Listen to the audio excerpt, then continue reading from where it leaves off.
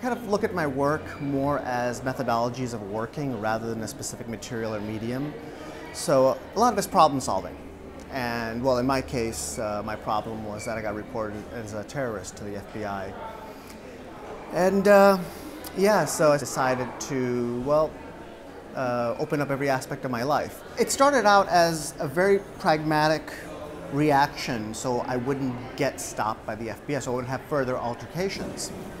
And then it slowly evolved into this real elaborate, well, art project. And then the art project just, and then back then people were like, I can't believe you're doing this. Why do you show everything of every little detail? And now, I'm sure there's tons of these people who just go, okay, there's too much stuff on this person on my feed. I'm just gonna block this person. There's too many. This person is sharing too many baby pictures. It's like, I don't need to see any more pictures of your baby, or I don't need to see this. But there's something really interesting about that, because as we're developing this information society, there's really no reason to ever delete anything. So if you think about the way of how we're externalizing memory, I mean, all of us used to remember hundreds of phone numbers, or maybe not hundreds, but a considerable more than we do now. The reason we have no need to remember them is because, well, there's a machine that'll do it for us. So our memory is now stored in that machine. In the same way, information and data is so cheap that we don't even delete spam.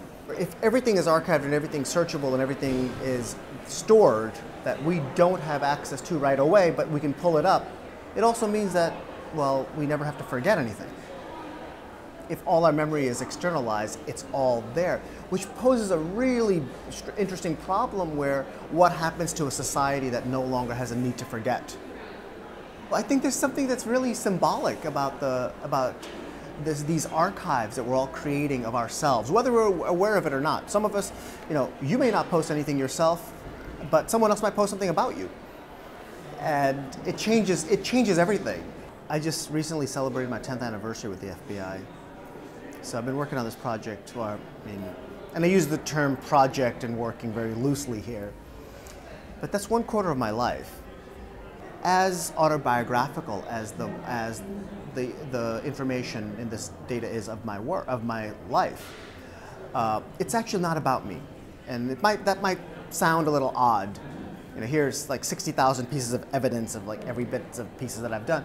But it's really, it's a much bigger thing. It's really more of me playing the role of a surrogate in presenting this broader scenario in this broader context.